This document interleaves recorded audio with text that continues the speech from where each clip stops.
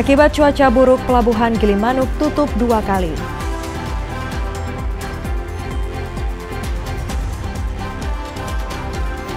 Angin puting beliung robohkan pelinggih di Pura Batu Klotok.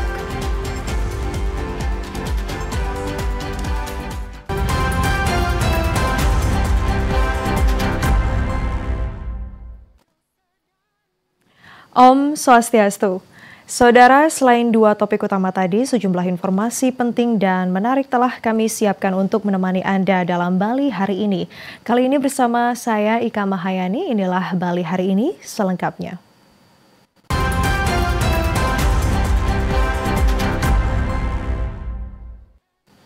Informasi pertama, Saudara, akibat cuaca buruk di Selat Bali, Pelabuhan Gilimanuk menyebabkan aktivitas penyeberangan ditutup sementara.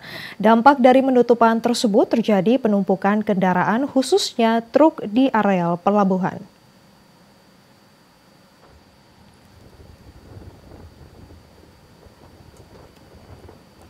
Beginilah kondisi areal parkir Pelabuhan Gilimanuk akibat dampak dari penutupan sementara lintasan Ketapang Gilimanuk akibat cuaca buruk.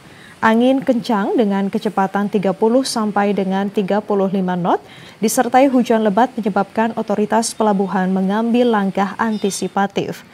Berdasarkan informasi dari pihak otoritas, penutupan dilakukan 2 kali dalam sehari. Pertama pada pukul 8.15 WITA dan kembali dibuka pada pukul 8.55 WITA dengan total penutupan selama 40 menit. Selanjutnya penutupan kembali dilakukan pada pukul 13.50 WITA dan kembali dibuka pada pukul 14.55 WITA. Kita imbau kepada nakoda kapal untuk menghentikan sementara layanan sampai dengan kondisi cuaca kembali membaik. Cuaca buruk di Selat Bali kerap terjadi tanpa bisa diprediksi, sehingga para nahkoda kapal diharapkan selalu waspada dan selalu berkoordinasi dengan pihak terkait jika terjadi angin kencang. Informasi selanjutnya, Saudara, hujan lebat dan angin kencang yang menerjang wilayah di Kabupaten Karangasem pada Rabu petang memicu terjadinya bencana di sejumlah tempat.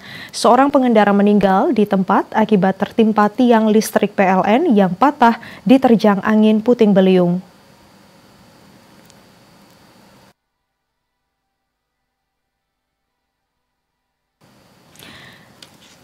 Seorang pengendara sepeda motor meninggal dunia di tempat kejadian setelah tertimpa tiang listrik PLN bertegangan tinggi yang patah akibat diterjang angin puting beliung pada Rabu petang. Saat itu korban yang belakangan diketahui bernama Inengah Suwari, pria berusia 56 tahun warga asal Desa Gumung, Tenganan, Kecamatan Manggis, Karangasem, mengendarai sepeda motor melintasi di jalan desa di tengah situasi hujan disertai angin puting beliung. Saat melintas di lokasi kejadian, tiba-tiba listrik PLN bertegangan tinggi patah dan roboh menimpa korban. Sementara sejumlah warga yang berada di dekat lokasi kejadian tidak berani mendekat karena aliran listrik masih menyala. Anak korban yang melihat kejadian langsung menangis histeris hingga jatuh pingsan. Sementara proses evakuasi tubuh korban baru bisa dilaksanakan setelah petugas dari PLN tiba untuk memutus aliran listrik. Angin begitu kencang, terus ada hujan, langsung seperti ini Pak kejadiannya. Korban satu sedang melintas Pak ya? Oke, korbannya satu sedang melintas.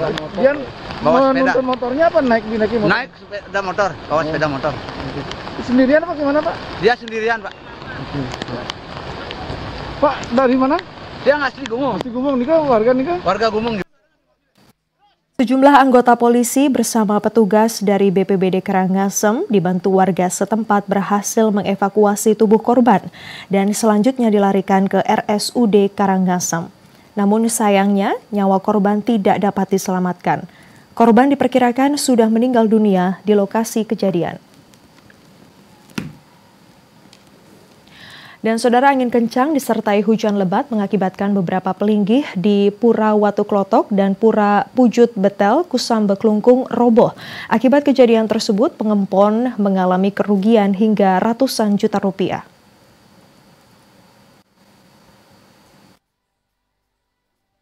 Hujan dengan intensitas tinggi disertai angin kencang berdampak terjadinya bencana pohon tumbang dan bangunan roboh di Kabupaten Klungkung, diantaranya di Pura Watu Klotok dan Pura Pujut Betel, Kusambe. Di Pura Watu Klotok, Desa Jumpai Klungkung, 3 pelinggih roboh diterjang angin puting beliung, diantaranya pelinggih Bali Kulkul dan Bali Pesandekan, serta Bali Gong. Ketiga pelinggih itu baru direhab 3 bulan yang lalu dengan menggunakan atap ijuk. Diduga tidak kuat menahan beratnya atap dan terjangan angin puting beliung, ketiga pelinggih yang ada di Madya Mandala tersebut tumbang. Ini seperti meniki, mengular mau putar lagi, mau putar. Kampung Kentan, lama dengan Kentan, niki punyaan pohon itu sami pungkat, di pinggir kolam itu. Kejadian serupa juga terjadi di Pura Pujut Betel, Desa Kusambe Klungkung. Sebuah Bali Gong juga roboh akibat angin kencang. Akibat bencana ini, pengempon pura mengalami kerugian hingga ratusan juta rupiah. Ketut Setiawan melaporkan. Di samping itu, saudara, sebuah bangunan Balai Pesandekan di Pura Penataran Puseh, Bali Agung, Desa Susut Kaje, Kecamatan Susut, Kabupaten Bangli, roboh akibat diterjang angin kencang disertai hujan deras.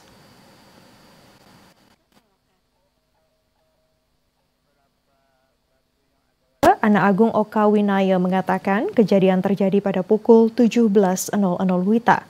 Karena tidak kuat menahan terjangan angin, bangunan Pesandekan berukuran 18 kali 3,5 meter ini pun roboh. Bangunan ini biasanya digunakan untuk melaksanakan berbagai pertemuan adat untuk persiapan berbagai kegiatan upacara adat.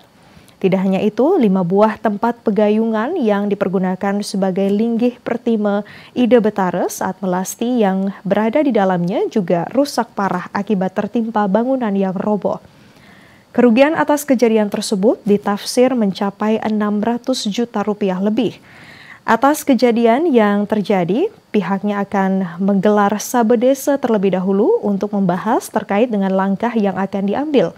Sebab untuk biaya yang diperlukan sangat besar.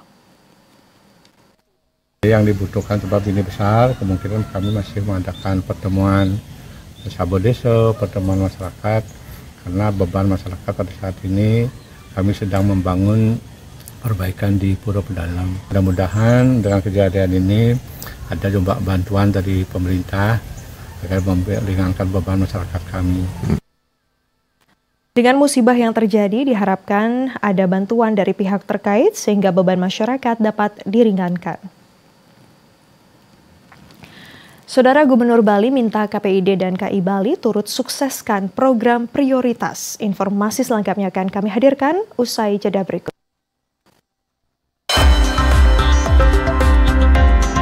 TVRI Bali, media pemersatu bangsa.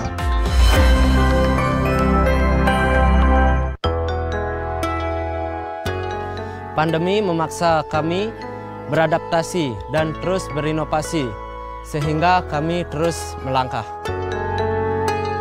Usaha ini berjalan pertama kali di tahun 2017 pada saat Raja Salman ke Bali, dan pada waktu itu memperkenalkan anyaman ate yang model bulat. Kerajinan ate ini memang dari Desa Adat Gumung terlahirnya, karena itulah kami mencobanya. UMKM kami memang melibatkan seluruh masyarakat yang ada di Desa Adat Gumung, baik orang tua, anak-anak, remaja. Pemasarannya lewat Instagram dan Facebook, dan juga beberapa WA. Baik, mungkin harapan saya untuk UMKM yang baru berjalan, tetap semangat dan terus berinovasi sesuai perkembangan zaman.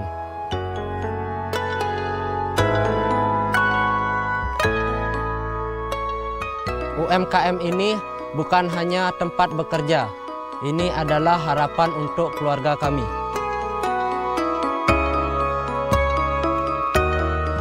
Ayo dukung perekonomian rakyat, pengrajin cerdas, pengrajin sejahtera.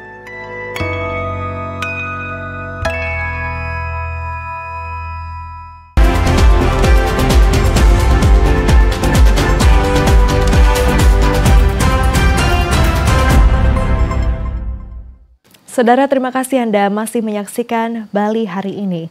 Dalam upaya mengantisipasi bencana geohidrometeorologi, Stasiun Geofisika Denpasar melaksanakan kegiatan koordinasi kesiapan Posko Ketupat 2025.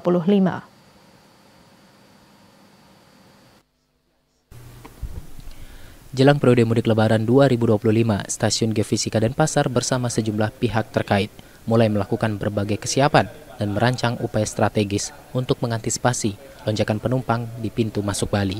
Hal ini salah satunya dilakukan melalui pelaksanaan susur jalur kesiapan Posko Ketupat 2025 yang dilakukan di salah satu pintu masuk Bali, yakni Pelabuhan Benoa. Menurut Kepala Stasiun Geofisika Denpasar, Ruli, kegiatan susur jalur yang dilakukan di Pelabuhan Benoa ini bertujuan untuk memastikan kesiapan dan kelayakan Pelabuhan Benoa dalam menerima lonjakan penumpang, baik dari aspek infrastruktur utama, layanan pendukung, hingga rambu-rambu yang sangat krusial untuk keselamatan penumpang. Selama evaluasi susur jalur dilakukan, pihaknya mengatensi adanya rambu-rambu yang perlu dibenahi. Ia juga menilai kesiapan Pelabuhan Benoa dalam mengantisipasi adanya bencana hidrometeorologi sudah cukup baik, namun memerlukan penyempurnaan guna memastikan keselamatan penumpang secara maksimal. Sejumlah pihak seperti Badan Penanggulangan Bencana Daerah atau BPBD Kota Denpasar, KSOP Benoa, Kantor Kesehatan Pelabuhan Kelas 1 Denpasar, hingga media pun turut dilibatkan untuk bersinergi, mengecek hingga mengevaluasi kesiapan Pelabuhan Benoa dalam mengantisipasi lonjakan penumpang. Jadi hari ini kita melaksanakan namanya susur jalur guna memastikan bagaimana rambu-rambu, bagaimana kesiapan dalam rangka kita tahu ya, bahwa Benoa salah satu wilayah yang berpotensi akan terdampak tsunami. Dan kita tahu juga kemarin kita sudah laksanakan rapat koordinasi online. Ini adalah merupakan uji wujud pengecekan di lapangan. Yang kita ikutkan dalam kegiatan ini semua stakeholder, mulai dari pentahelik ya. Diprediksi akan terjadi lonjakan penumpang yang cukup signifikan di Pelabuhan Benoa selama periode mudik Lebaran 2025. Yasinta dan Andika melaporkan. Beralih ke informasi lain, Saudara, Dinas Ketenagakerjaan dan Energi Sumber Daya Mineral di Senaker ESDM Provinsi Bali membuka posko aduan THR sejak 13 Maret hingga 7 April 2025. Proses pengaduan dapat dilakukan secara langsung maupun daring. Disnaker SDM Provinsi Bali memastikan pemenuhan hak tenaga kerja baik pekerja harian lepas, pekerja kontrak maupun pekerja tetap untuk mendapatkan tunjangan hari raya melalui pembentukan posko THR di masing-masing kabupaten kota, tidak terkecuali di tingkat provinsi. Kepala Disnaker Bali, Ida Bagus Setiawan mengatakan, pendataan aduan akan diproses dalam bentuk berita acara agar dapat ditindaklanjuti ke Pusat Kementerian Tenaga Kerja. Nantinya pihaknya akan menginventarisasi jenis aduan yang diterima. Sementara itu besaran THR akan dihitung berdasarkan formula teknis yang mempertimbangkan lama waktu kerja dan kemitraan. Dan kita tentunya menyiapkan dalam bentuk nantinya berita acara ya, laporan, berita acara untuk bisa ditindaklanjuti. Yang jelas kita pasti melapor ke induk kita di Kementerian Tenaga Kerja. Nah kaitannya dengan sanksi, ya, yang utama pasti sanksi administrasi. Tapi harapannya tentunya himbauan dari pusat maupun kami di daerah, tenaga kerja ini mendapatkan haknya kan gitu ya, mendapatkan haknya sesuai dengan regulasi yang ada. Tenaga kerja wajib memperoleh haknya paling lambat 1 minggu sebelum hari raya. Pemberi kerja yang tidak memenuhi kewajibannya dapat dikenakan sanksi administratif berupa teguran. Sebanyak 18 laporan tercatat pada tahun 2024, sementara tahun ini baru 1 laporan yang tercatat. Galuh dan Soekarnate melaporkan. Saudara Gubernur Bali Wayan Koster berharap anggota Komisi Penyiaran Indonesia Daerah Bali dan Komisi Informasi Bali turut menyosialisasikan program prioritas pemerintah Provinsi Bali. Kedua komisi ini juga diharapkan bijak dalam mengawal arus informasi dan kebebasan berkomunikasi yang kian pesat. Gubernur Bali resmi melantik anggota Komisi Penyiaran Indonesia Daerah KPID Bali dan Komisi Informasi Provinsi Bali. Kedua lembaga ini memiliki peranan penting dalam penyebaran dan pengontrol informasi publik. Pelantikan kedua anggota lembaga ini dilaksanakan pada Rabu siang, 19 Maret 2025, di Gedung Wiswasabe Kantor Gubernur Bali. Dalam pelantikan dan pengambilan sumpah jabatan tersebut, Gubernur Bali Wayan Koster meminta kedua lembaga ini turut mensosialisasikan program prioritas pemerintah Provinsi Bali. Komisi Informasi Bali dan KPID Bali diharapkan terus mengikuti perkembangan kebijakan serta isu-isu yang berkaitan dengan program prioritas seperti sampah, kemacetan, permasalahan air, serta wisatawan nakal. Gubernur Bali juga menegaskan kedua lembaga ini untuk selalu menjalankan tugas dengan hati-hati tanpa melakukan tindakan yang represif. Saya berharap dua lembaga ini menjalankan tugas dengan baik, tidak perlu terlalu represif, menekan gitu, tapi jalankan dengan cara yang elegan, dengan santun. Gitu. Karena kalau kita represif itu akan resisten. Ketua KPID Bali IGD Agus Astape mengatakan pihaknya siap bersinergi untuk mensosialisasikan program pemerintah Provinsi Bali. Pihaknya juga tengah berupaya untuk mengatasi blank spot di wilayah Bali Utara dengan mengefektifkan Surya Pada Tower. Saat ini pihaknya akan melakukan survei yang bekerja sama dengan Dinas Komunikasi setempat terkait jangkauan tower tersebut. Bagaimana mengatasi blind spot dengan efektivitas Surya Pada Tower yang sudah mulai on, khususnya TV digital. Kita juga sedang berusaha bagaimana sekarang membuat survei bekerjasama dengan Dinas Kominfo Buleleng, kira-kira jangkauannya seperti apa, kira-kira apakah nanti keberadaan Surya Pada Tower ini mampu membuat blank spot itu berkurang atau seperti apa di Buleleng. Ini kita akan spot semua. Jadi kita wajib di lembaga penyiaran untuk terus bersama-sama bagaimana menyukseskan pembangunan Bali dengan visi Nangun Satkerti Loka Bali. Ini luar biasa, kita siap untuk bekerja seperti itu. Sementara itu Gubernur Bali Wayan Koster memastikan 7 anggota Komisi Penyiaran Indonesia Daerah Bali, KPID Bali dan 5 anggota Komisi Informasi Bali yang dilantik telah terpilih berdasarkan prosedur mulai dari seleksi administrasi hingga pengiriman ke DPRD Bali untuk dipilih sesuai kewenangan. Prisma dan Bagus melaporkan. Dipersilakan untuk menuju ke tempat yang Saudara Nyoman Samuel Kurniawan mengikuti ujian terbuka promosi doktor di Fakultas Hukum Universitas Udayana pada program studi Doktor Ilmu Hukum Kamis pagi. Ujian promosi doktor kali ini juga dihadiri Gubernur Bali Wayan Koster. Dalam disertasi yang berjudul Rekonseptualisasi Wan Prestasi terhadap pihak yang beritikat baik dalam perjanjian jual-beli untuk mewujudkan kepastian hukum dan keadilan, Promovendus Nyoman Samuel Kurniawan menjelaskan dalam dunia bisnis, perjanjian menjadi instrumen fundamental sebagai wadah hukum untuk menetapkan hak dan kewajiban pihak-pihak yang terlibat sebagai bukti hubungan hukum, sekaligus untuk memberikan kepastian hukum dan menunjang iklim bisnis yang kondusif. Di hadapan 8 penguji yang dipimpin Profesor Putu Gede Arya Sumartayase, Promovendus menyampaikan, adapun rumusan masalah yang dikaji dalam disertasi ini meliputi hakikat pengaturan wan prestasi untuk kepastian hukum dan keadilan bagi debitur beritikat baik dalam perjanjian jual-beli PJB di Indonesia. Pertimbangan hukum Majelis Hakim terhadap exceptio non adimpleti contractus dalam mengabulkan gugatan wan prestasi serta konsep baru wan prestasi terhadap pihak yang beritikat baik dalam PJB untuk mewujudkan kepastian hukum dan keadilan.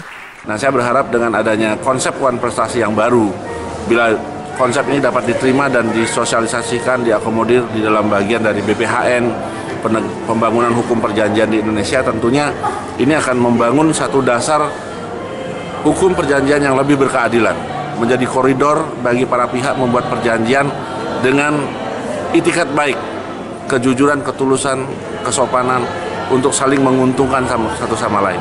Dalam disertasi ini, Promovendus menyimpulkan bahwa hakikat pengaturan wan prestasi belum memberikan kepastian hukum dan keadilan bagi debitur beritikat baik. Exceptio non adimpleti contractus tidak sepenuhnya menjamin kepastian hukum bagi debitur beritikat baik dalam PJB, serta pengaturan wan prestasi untuk kepastian hukum dan keadilan bagi debitur beritikat baik di masa mendatang. Pada ujian terbuka promosi doktor ini, Promovendus Nyoman Samuel Kurniawan yang berprofesi sebagai advokat dinyatakan lulus dengan pujian dengan IPK 3,93 dan merupakan alumni ke-145 dari Prodi Doktor Ilmu Hukum Universitas Udayana. Sugiarto melaporkan. Saudara, informasi menarik lainnya akan kami hadirkan usai jeda. Tetaplah bersama kami dalam Bali hari ini. TVRI Bali, media pemersatu bangsa.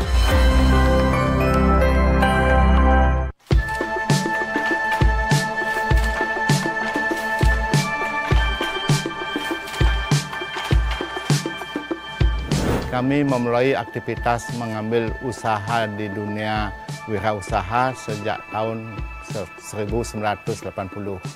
Bermula dari tenun 4, alat tenun ATBM, alat tenun bukan mesin.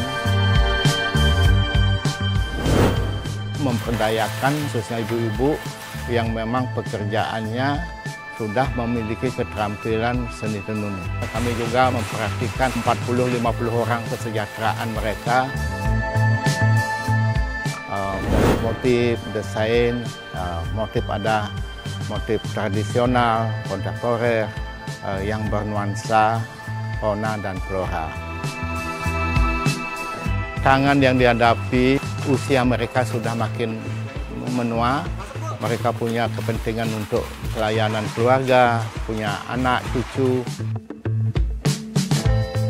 Tanamkan rasa percaya diri. Ketekunan di dalamnya, kesabaran juga, yakin akan mewarisi suatu nilai sukses dan mulia. Kami tidak hanya menenun kain, tapi menenun harapan untuk masyarakat sekitarnya.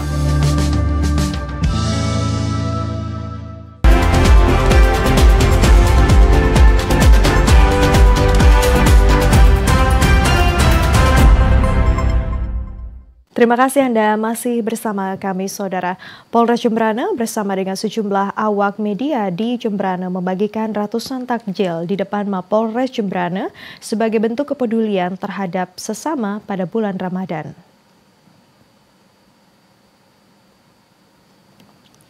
Pembagian takjil menyasar para pengguna jalan yang melintas di Jalan Pahlawan Jembrana, dipimpin langsung oleh Kapolres Jembrana AKBP Endang Tri Purwanto. Sambil berbagi takjil, para petugas kepolisian juga memberikan imbauan kepada pengguna jalan agar selalu menaati aturan berlalu lintas. Para pengguna jalan diharapkan selalu mengutamakan keselamatan dengan selalu menggunakan helm. Kapolres Jembrana AKBP Endang Tri Purwanto mengatakan pembagian takjil gratis ini adalah dalam rangka Polri untuk masyarakat pada bulan Ramadan. Kita melaksanakan berbagi takjil bersama masyarakat dalam rangka tentunya di Polri untuk masyarakat di bulan Ramadan. Tujuannya sekali lagi untuk mendekatkan Polri bersama masyarakat yang kebetulan merayakan atau menjalani ibadah puasa di bulan Ramadan. Bahkan tadi juga teman-teman yang beragama lain juga kita berikan. Telah dilaksanakan di beberapa lokasi. Intinya adalah tujuannya adalah mendekatkan Polri bersama masyarakat yang kebetulan sedang menjalani ibadah puasa pada bulan Ramadan. Dan saudara, dilanjutkan dengan informasi lain, keberadaan umat muslim di Bali tersebar di berbagai daerah. Salah satunya di Kampung Bugis Suwung dan Pasar Bali. Di kampung ini terdapat masjid yang menyimpan Al-Quran kuno yang ditulis pada abad ke-19.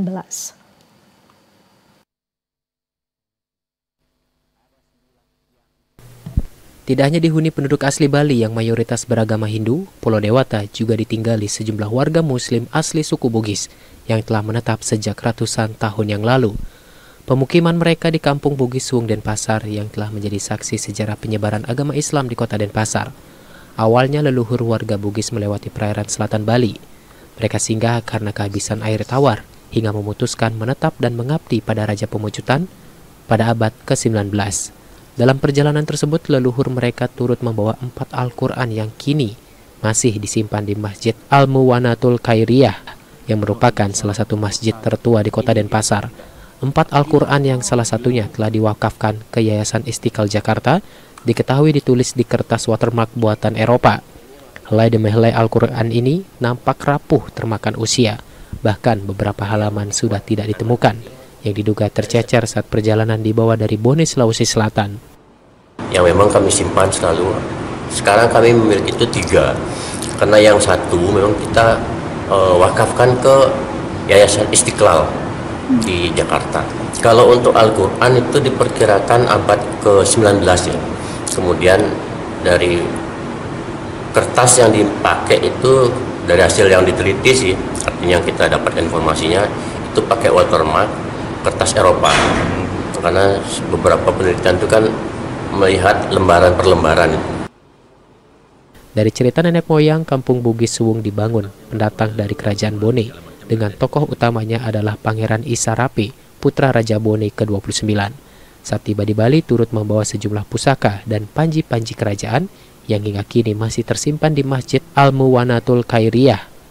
Keberadaan Kampung Bugis Suwung telah menjadi saksi sejarah akan penyebaran umat Islam di Bali. Yuda Maruta melaporkan. Dan saudara, selanjutnya kami hadirkan informasi perakiraan cuaca untuk tanggal 21 Maret 2025 yang akan disampaikan anchor perakiraan cuaca BBMKG wilayah 3 Denpasar. Halo pemirsa TVRI Bali dimanapun Anda berada, berikut kami laporkan update perakiraan cuaca di sekitar wilayah Bali Jumat 21 Maret 2025. Secara umum, di sekitar Bali diperkirakan mengalami hujan ringan, namun di beberapa wilayah berpotensi hujan dengan intensitas sedang hingga lebat disertai petir. Kemudian untuk suhu berkisar antara 20 derajat hingga 31 derajat Celcius. Angin dominan bertiup dari arah barat daya hingga barat dengan kecepatan maksimum mencapai 45 km per jam. Kami juga menghimbau kepada masyarakat untuk mewaspadai potensi peningkatan kecepatan angin dan hujan disertai petir atau kilat di sekitar wilayah Bali, serta potensi tinggi gelombang mencapai 2 meter atau lebih di wilayah perairan selatan Bali. Demikian informasi yang dapat kami laporkan. Saya kembalikan ke studio. Terima kasih. Saudara, demikianlah Bali hari ini. Siaran TVRI Bali dapat Anda saksikan melalui aplikasi TVRI Trans dan via satelit Telkom 4. Akhirnya kami mewakili kerabat kerja bertugas pamit undur diri. Terima kasih dan sampai jumpa. Om Santi Santi Santi Om.